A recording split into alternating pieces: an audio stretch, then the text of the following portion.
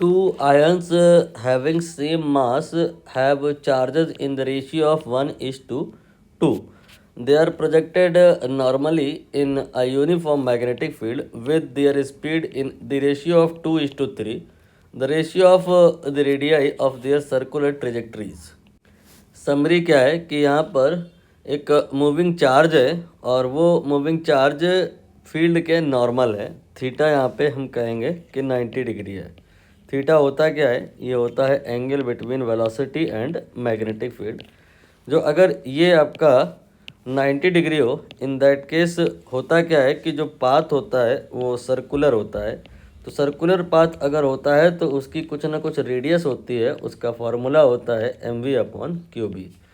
यहाँ पर दरअसल एक मूविंग चार्ज नहीं है, दो हैं और उन दोनों के बारे में बताया है कि मास का रेशियो जो है इतना है, चार्ज का रेशियो इतना है, स्पीड का रेशियो कितना है, तो रेडियस का रेशियो कितना होगा। देखिए यहाँ पर रीड करते हैं एक बार फिर से। सेम मास, तो मास का रेशियो 1 हो गया, इसे आप यहाँ से डिलीट कर सकते हैं।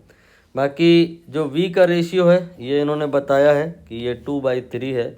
और यहाँ पर चार्जेस का रेशियो ये इन्होंने बताया है, यानी कि q का रेशियो बताया है।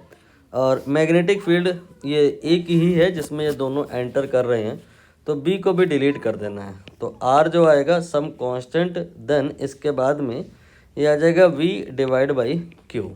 यहाँ से हम क्या कहेंगे कि r1/r2 रेडियस का जो रेशियो होगा जो हमें निकालना है वो आएगा v का रेशियो यानी कि v1/v2, और फिर ये आएगा q का रेशियो q1/q2।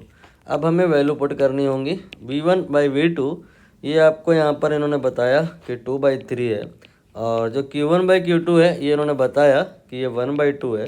अब हमें यहाँ पे सॉल्व करना है। 2/3 1/2 का रेसिप्रोकल कर लो तो ये आपका 4/3 आ गया। ऑप्शन बी यहाँ पे करेक्ट होगा।